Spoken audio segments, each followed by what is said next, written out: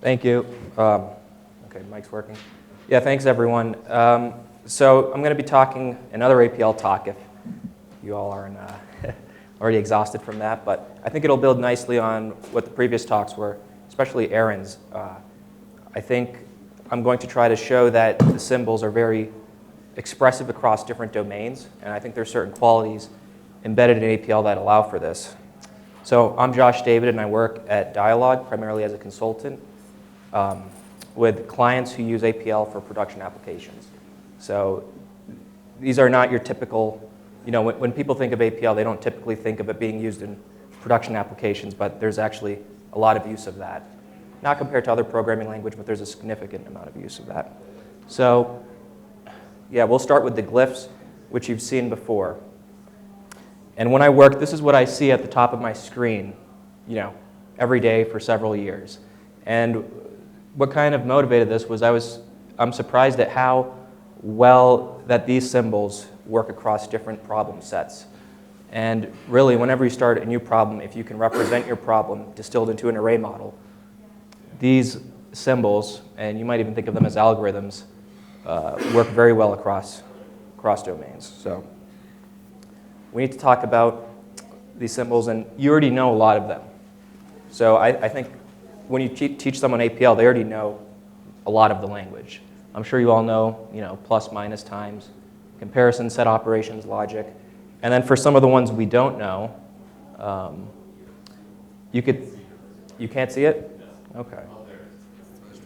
Should I use the old school laser pointer?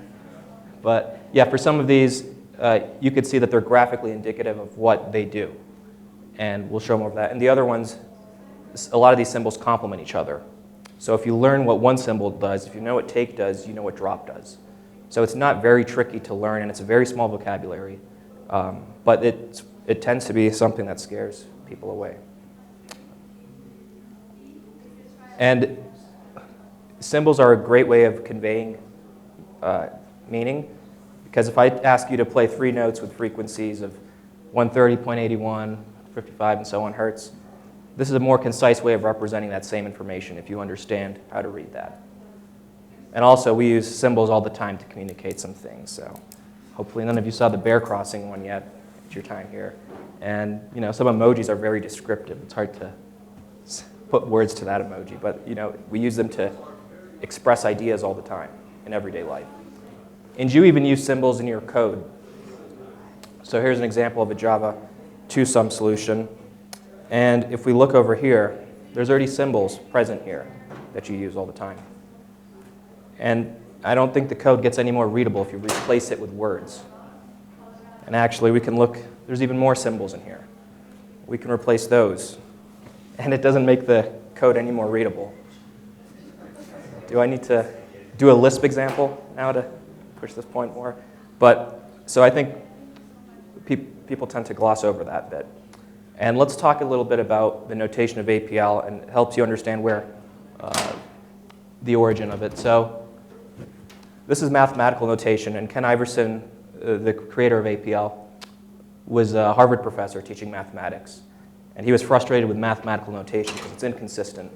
So that was part of the original design of coming up with APL as executable mathematical notation. And you could see the simplicity of it and how, A times B is just we use the time symbol, division is just the division symbol. And you'll notice we have left and right arguments in APL. So we try to have sensible left arguments for things. So here's exponentiation, and by default, it's E. But you can give it another left argument. And here is an example of monadic, which means it doesn't have a left argument, division. So the sensible left argument for that is just 1. So the monadic versus dyadic use of symbols is, there's a lot of connection between them. And here's that logarithm example, which also shows that it's related to the power symbol. And then you could do something a little more advanced where we now, and of course we read right to left. So that gets rid of the whole question of order of operations. There's just one rule. You go right to left. And then you can use parentheses to override this if you need to. And Also, I want to point out this is a function, the plus function, and then the slash is an operator. So this is, you might think of it as a higher order function. It modifies what the function does. So also, that's key to understanding APL. We have functions and operators. And this is the reduce operator. So it just takes this function and applies it between. It reduces the rank of the right argument by 1. So a vector would turn into, a scalar. And okay, now we're going to show some examples here. Simple ones. I think everyone would be able to understand this. So we have 1, 2, 3. This is a vector. And then the symbol, you could see it's very graphically indicative of what it does. So we're just rotating down the vertical axis here. And again, we have sensible left arguments. So this is just a 0 rotate. Of course, we could switch that to a 1 or a -1 to rotate from the other side. And also, we could do this on a character vector too. So this produces something that I won't say out loud because it would probably summon a demon or something. But a key point of APL is that we don't care about types, really. If it's an array, we just operate on it. And that's really fundamental. So it just works on character arrays, numeric arrays, and so on. And one of the best examples of this is how we use Booleans in APL, which is the bread and butter of we don't have a separate Boolean type. We treat them as numbers, and then we can do a lot of mathematical operations on them. We also store them as 1-bit Booleans, so it's very efficient in memory and gives you good performance. So now this is the monadic iota. We saw the dyadic use case for searching. But the monadic iota doesn't have an array left argument. It generates the first 3. So I'm reversing the first 3 integers. And then here, I'm making a matrix. So now we're switching into another rank. So I have a 2, 3 reshape. So I'm reshaping the first 6 in a vector of the first 6 integers into a 2x3 matrix. And I'll just call that M. And of course, I'm pushing the point here that we work across types. So the same symbol that we used on vectors, we just use it here. So we rotate down the vertical axis. And then, if we want to go the other way, we just do a symbol that rotates horizontally. So it's not very tricky to understand. Pretty self-explanatory. And then this is what I want to talk about. So we looked at rank polymorphism. And I think there's some type polymorphism, not in the traditional sense, but in the fact that we don't really, we like to work on things. We have one function to work on many different types instead of specific functions for different types. But we don't think about that when we code an APL as much, unless the function's outside of the domain, like trying to divide a character doesn't work. But that's not in our mental model as much. And then I'm going to argue that these glyphs are domain polymorphic, which is kind of like general purpose programming. But I think it's the holy grail of that, because the key is to allow problem solving to be put into the hands of domain specialists, people who understand the business and the domain. They should be able to write solutions to solve their problems. And this is key in how APL has evolved over the decades. A lot of it has been through industrial use, which it's used across a variety of different domains that has forced it to take a sort of generalization in language development. So we'll look at some examples. We'll do a simple example first. We're going to look at the inner product example. So this is very simple. This is the matrix multiplication. So if I had a problem where we had 3 investors at 4 locations over 5 years, and I want to see how much they've contributed, this is just a plus dot times, which is a matrix multiplication. So I'm going to, just so we're on the same page, I'll show how this works.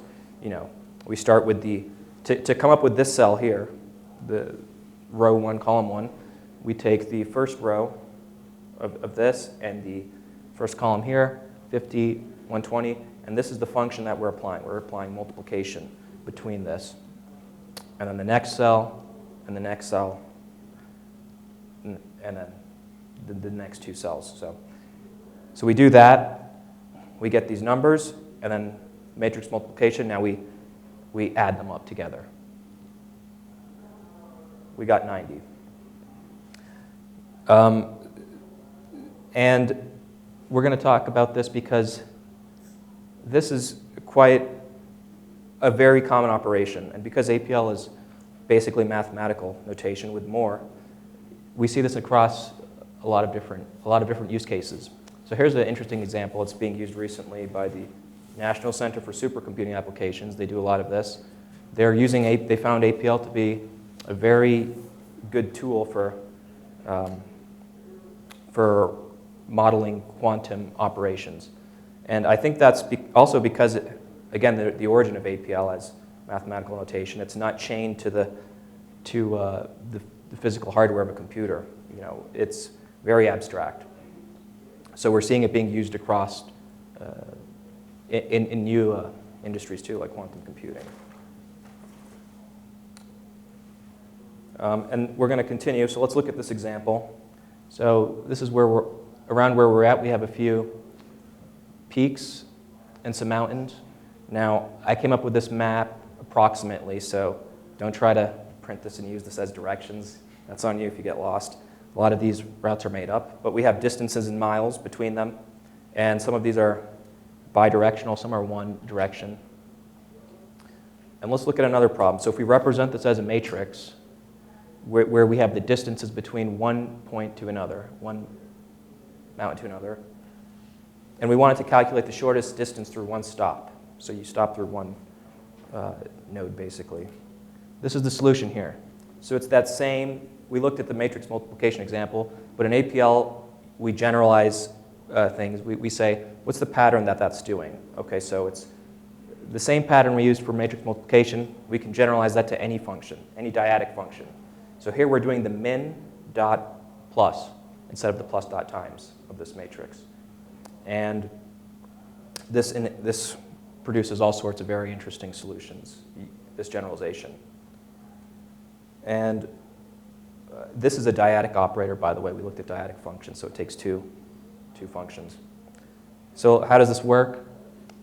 And this is saying, so this cell here, the first row, the fifth column, this is saying the shortest distance from Ida to the longs is 12 miles. And even though you could see this over here, this is 15, but it realized through one stop you can go here, 7 and 5 to get there. And just to how that works, to compute this cell, we take the first row here and the second, or the fifth column here, and then we do that same algorithm that we were doing for matrix multiplication. We add those together, and then we reduce. So remember the slash operator to reduce. We apply this function to reduce this.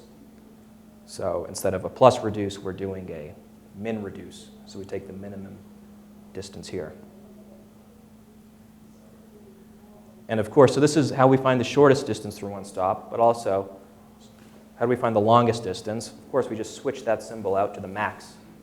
So we could do that, and it's very similar to the previous solution.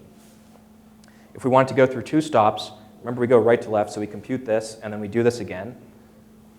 But that's getting kind of messy, so of course in APL we have a power operator, which says do this application, apply this twice. So apply this once, and then take the result, pass it in, and then do it again. So we could do that with 3 stops by just switching this symbol, or this number to 3, and we get our different answers. One stop and 0 stops. I like this because 1 and 0, these are our Booleans. So now we could do conditional execution of this. This could be a Boolean variable here, and we could say, if this condition is, we're not saying if, but this is basically saying do a no-op if our test variable is 0, otherwise do it. So this is another very common thing you see in APL, applying something to a Boolean power. And let's look at another example here. So we have some circuits here, and we're going to represent how they're connected to each other with this matrix again. And let's start with a state variable. So I take the 6th take of 1 produces 1 through, is a vector of 1 with trailing zeros of length 6 now.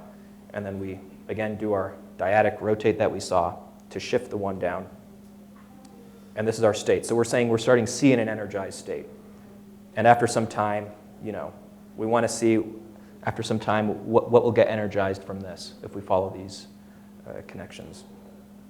And here's another inner product that we've generalized. So this is the or.and. And it's the same algorithm that we've been using.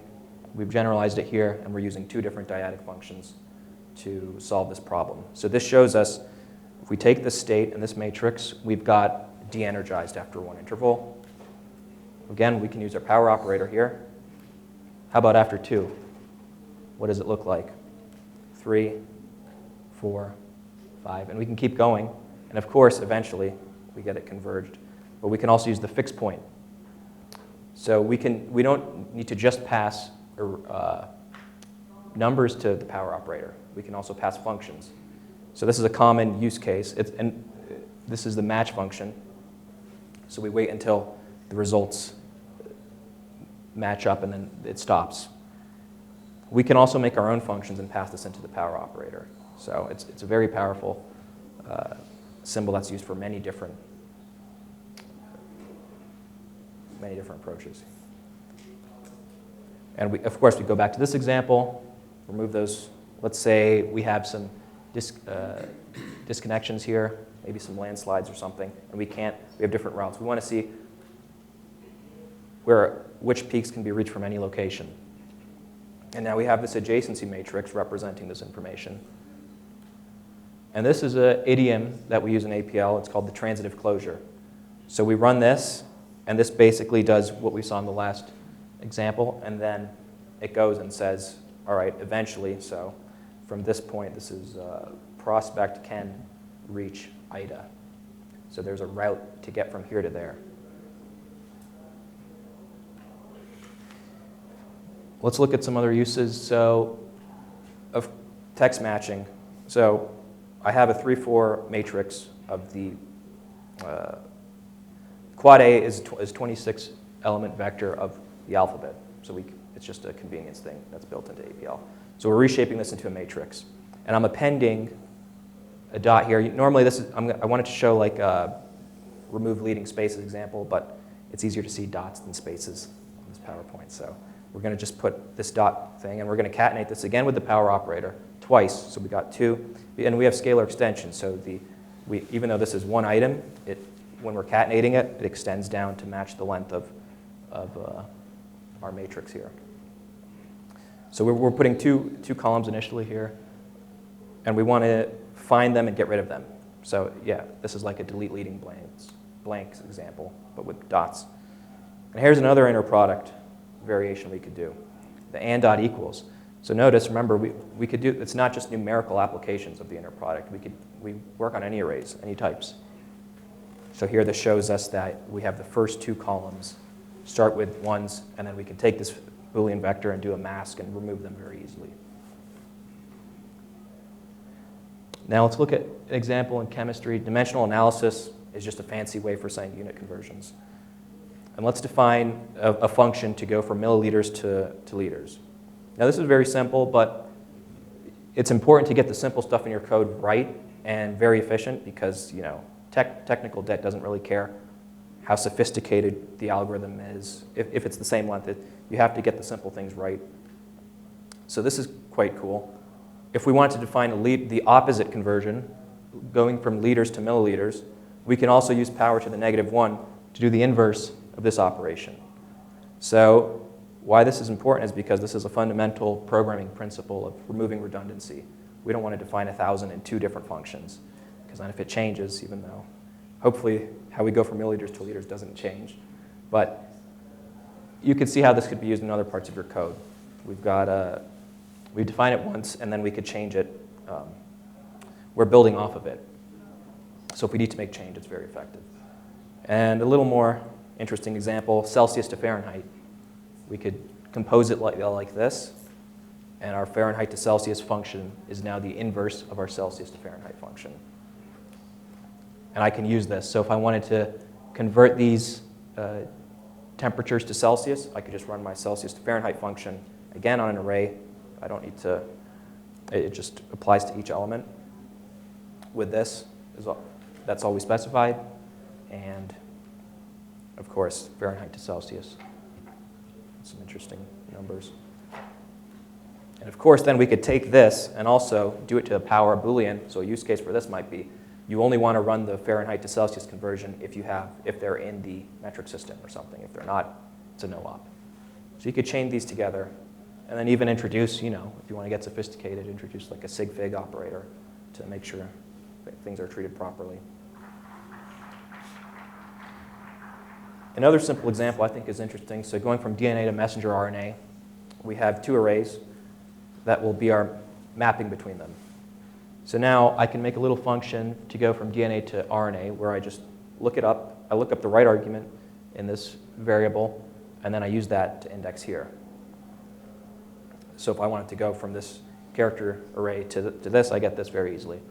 Now this is very simple, but it's a fundamental operation that's used across many things, because this is really just a database join with primary keys. So this type of operation is used very frequently.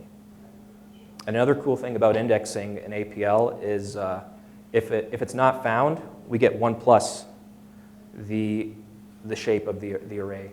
So this allows us to then index. We could put filler elements here for if something's not found.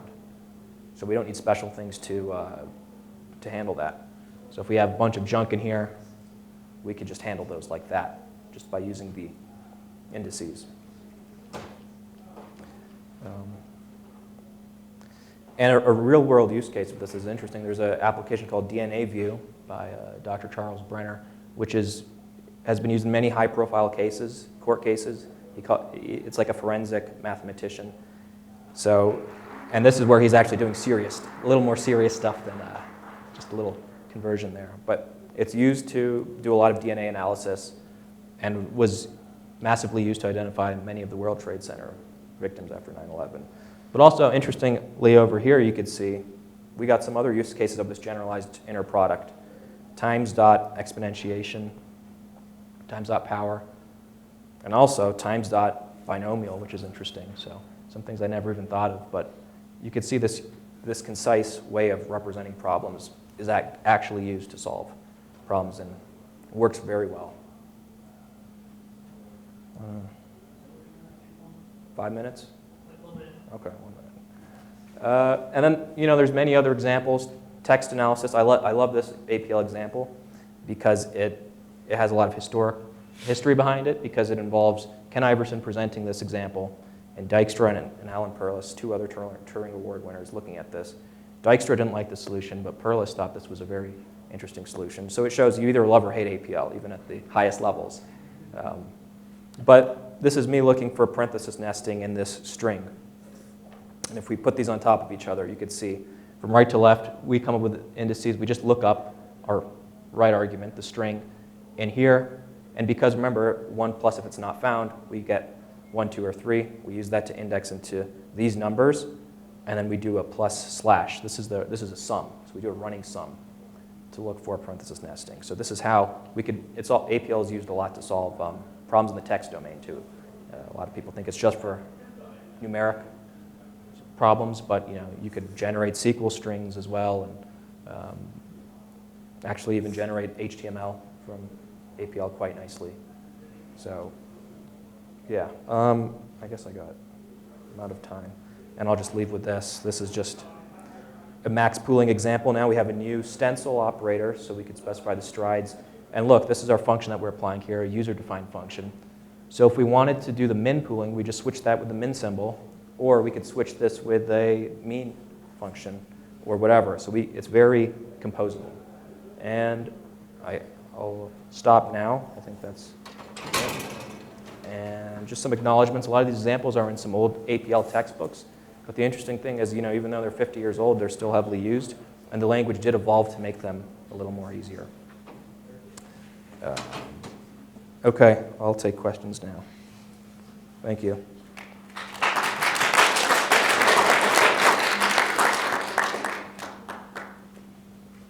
Max?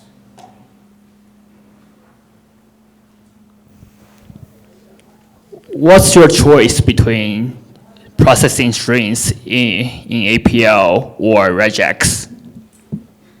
APL is more readable.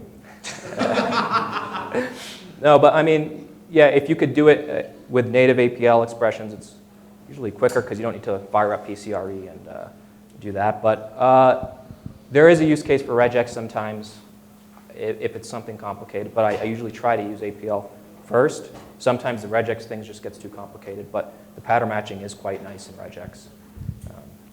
But APL can get complicated too, right? Depending on how well you know. Depends on how you write it.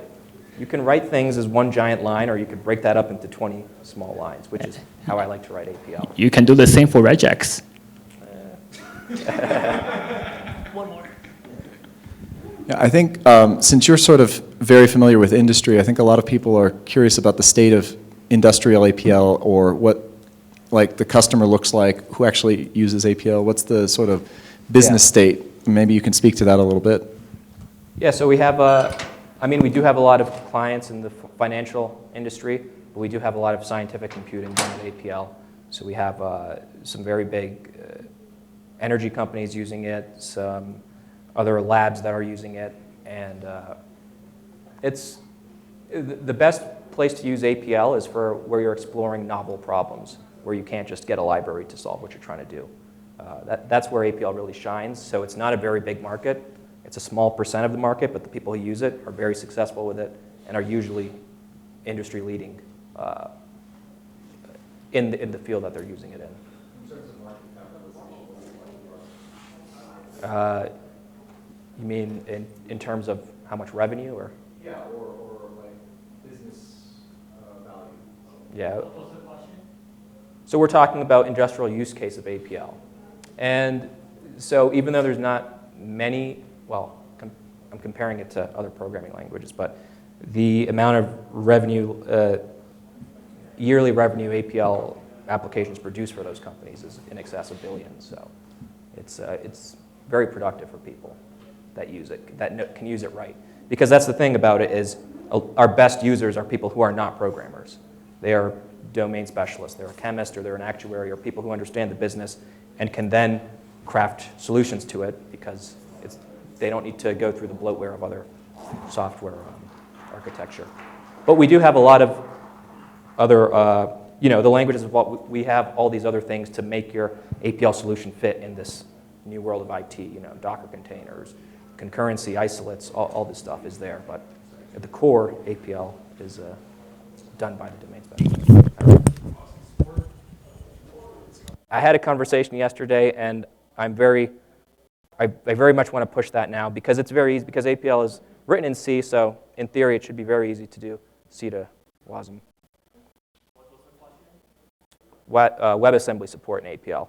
And we're doing a lot of APL projects right now to have APL virtual DOMs where you can manipulate HTML. So the question is, do we want to go through JavaScript or just go straight to WebAssembly for some of those things? But yeah, that's interesting. All right, thank you.